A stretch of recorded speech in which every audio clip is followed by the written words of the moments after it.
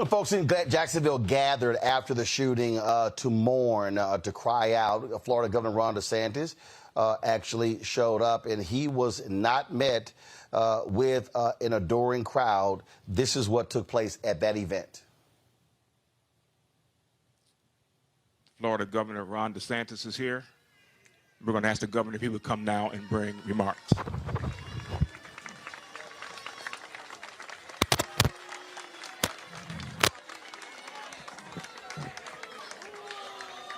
Well, thank you for doing this. I want to just say to the Councilwoman,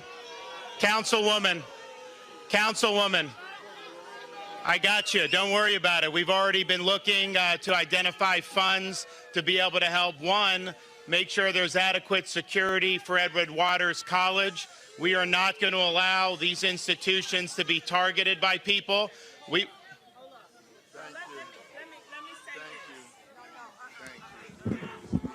Okay, listen, y'all. Let me tell you, we finna put parties aside, cause it ain't about parties today.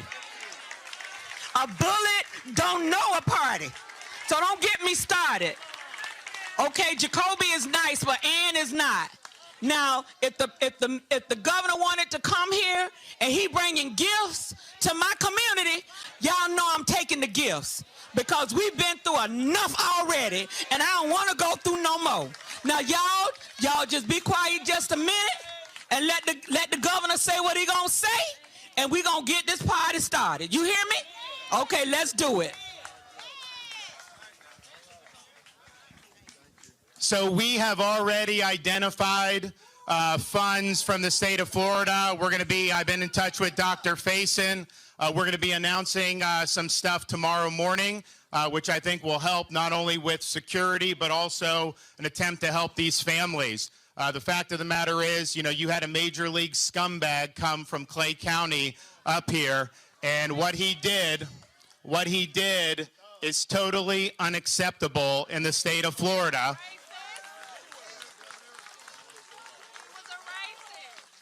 We are not going to let people be targeted based on their race. We are going to stand up, and we are going to do what we need to do to make sure that evil does not triumph in the state of Florida. And that means we are going to work with Edward Waters so that they have whatever security they need. In Florida, we've already given a lot of money to Jewish day schools because they've been targeted with anti-Semitism. Well, let me tell you this.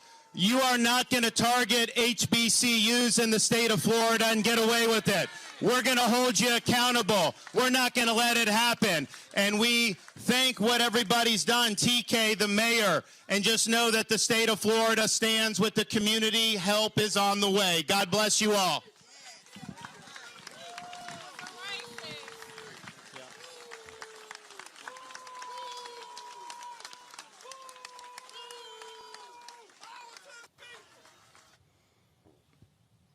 All right, folks, let's go to my panel right now.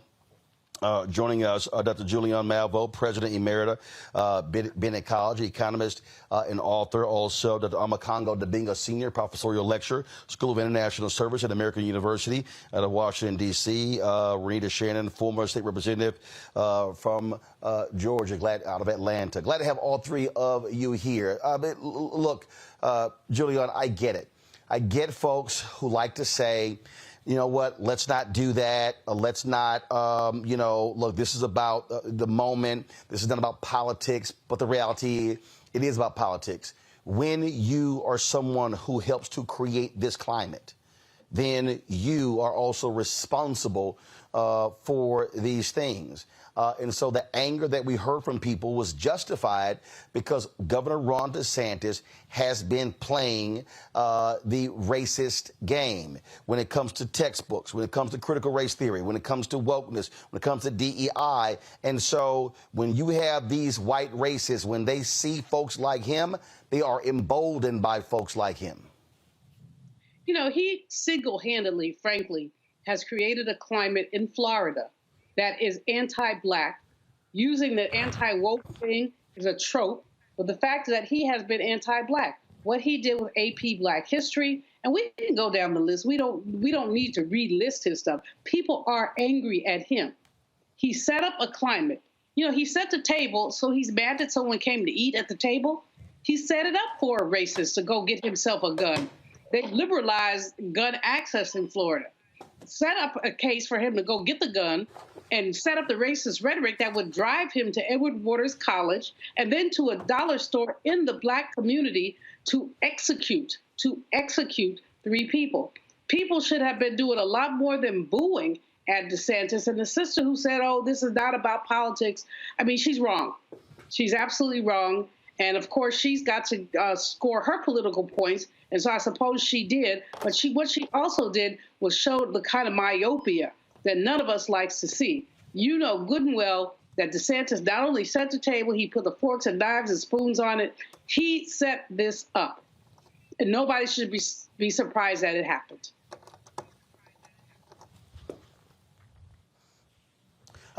Congo, I get Julian's point when she says we shouldn't recount these things, but actually we should. And the reason I say we have to is because we have to be drilling this into the heads of people to understand and not let them forget. This is and again, I need people to understand the racist shooter, he pulled the trigger. He was the one responsible for this. But when you are engaged in a climate setting situation, when you are, again, attacking wokeness, attacking activists, passing bills to target them, when you are splitting congressional districts and you're targeting Black people as well. Florida Governor Ron DeSantis has been on a direct assault on Black people since he became governor, and his decision to run for president and the Republican Party has been on a full-scale assault of Black people since Donald Trump we went into the Oval Office. Not to mention removing Black elected officials from office as well. And so when you look at what he's doing, you know what's really, really sad about it is given his quote unquote anti-woke legislation, how are they going to teach this? How are they going to teach this particular incident in the classroom? You know, because you can't really talk about race. You can't say it was a result of racism. This is a result of his rhetoric. And he literally said, we're not going to allow people to be targeted by their race. His whole politics is based on targeting people by their race, starting with Black people, from everything that he's doing in the schools. And then going back to your last segment as well, the beginning of your segment, people want to be quick and say, oh, it's not about the rhetoric, it's about mental health. But when Black people kill folks in the hood, they don't want to call it mental health. They want to have a whole group of us say this is what all of us do. But when it comes to an individual white person, lone wolf, mental health, and they want to go to mental health and the fact that the gun was purchased legally. And that's all that matters. The fact of the matter is that Ron DeSantis in Florida does not have an infrastructure in place to help Black people because he's part of destroying the Black community. And so when Councilwoman Pittman is saying, you know, let's not boo him, we're going to get this party started. It's not a party. This is an assault on our people. And every single day, Ron DeSantis, Vivek Ramaswamy, and all of these other people feel like they can build their campaigns, build their whole infrastructure politically on the backs of Black people. He's sitting there talking about we're identifying resources. Why don't the resources already exist? He's sitting there talking about, oh, working to help law enforcement. Why aren't you helping the Black community by getting the guns out of there? You're talking about giving help towards some Jewish schools that needed support after threats. Yeah, that's definitely needed. But what have you been doing to protect Black people at any point in time? You are the target. Rhetoric matters. It's the same with Trump. It's the same reason why hate crimes are up over 200% in some communities across the country since 2016. And it's not about these individuals. It's about the hate that inspires them and emboldens them to go and do these actions. It is always interesting, Renita, after the fact, to hear politicians talk about what we need to do. And, oh, if we pass these gun laws, it would have no effect whatsoever. These are the people who literally passed laws saying, forget concealed handgun permits.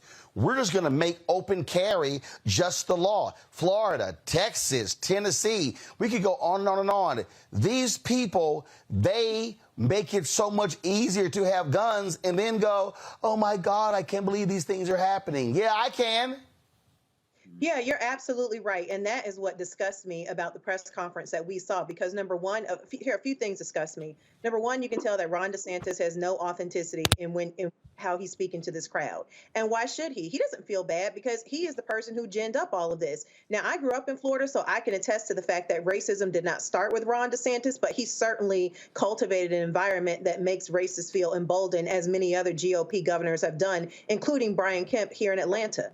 Also, looking at the press conference, I'm seeing his wife smiling. Why is she smiling? Black people have just been a victim of a hate crime, and you're standing there looking stupid, smiling. It's ridiculous. And finally, to the councilwoman who stepped in and said, y'all just give him a break and please listen to him, I'm very disgusted with her because nobody has asked you to come out and be the Negro herder.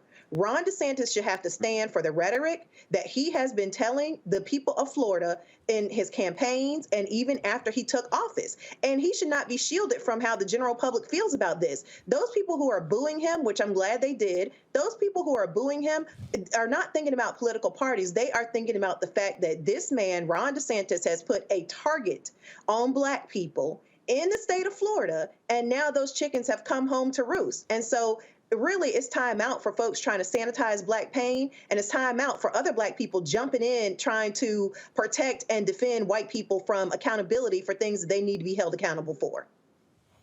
That's right. Absolutely. And he has to own up to what he has said, what he has done. And the bottom line here, what we also have to realize, we are dealing with clear, undeniable white domestic terrorism. What you have had since 2016, you saw the cutting back of resources, Julian, by Republicans for the Department of Justice to deal with this.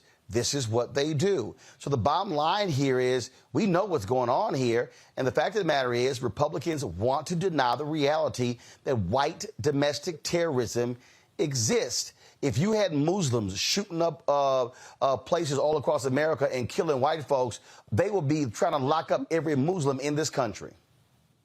You know, Roland, not only the triple standard, not even double standard, is so stark here, but the other thing is that the Republican Party is attempting to defund the Department of Justice. They've been talking about this for some time. Now with McCarthy on his impeachment trip, they're talking about less resources to the Department of Justice, but this is a time when we need more. I remember when the FBI put out a memo talking about Black terrorist extremists, Black identity extremists. Where is the white identity extremist? Where's the memo about this? You have this kid, I mean, he's 20-some years old, that he's obviously been simmering in the rhetoric of DeSantis and his cronies. He's mentally ill, but I don't care how mentally ill he is. Mental illness has nothing to do with it. When Black folks are mentally ill and they have episodes, what happens? They get shot. Somebody shoots them. No one stops and says, gee, was he mentally ill? No, they just go on and kill him. So why is it that these people get excuses for massacring our people? And understand that Florida was a state that had more lynchings than other states. Florida was a state where they basically enabled all kinds of anti-Blackness back in the day, the 1930s, where Black people were lynched or killed because they simply tried to vote. And now you've got this little white boy who decides, for whatever reason, he's going to just create havoc. And I'm glad they have not released the manifestos because it might get some other crazy white people ideas. And let's be clear, I don't care if you're crazy or not. If you're that GD crazy, someone needs to put you in an institution. Lock your behind up. We cannot make excuses for this kind of stuff because basically we're living in a climate where it's okay to hate Black people, where the rhetoric in 44 states is you cannot teach about race. And so that kind of rhetoric allows a fool like that, emboldens a fool like that, to go and kill people, and boldly so. Told his daddy, go look on my computer to see these manifestos. It's disgusting, but it's beyond disgusting. I'm with Renita, that sister who said that let's listen to DeSantis. No, let's not listen to DeSantis. Let's let DeSantis be permanently silenced. Get out of politics, dude. Just go somewhere. And again, Renita is right on par. I was looking at that woman and thinking, why is she smiling? Is she about to do a runway turn? Right. I mean, she looked like, she's a silly model, a vacuous model at that.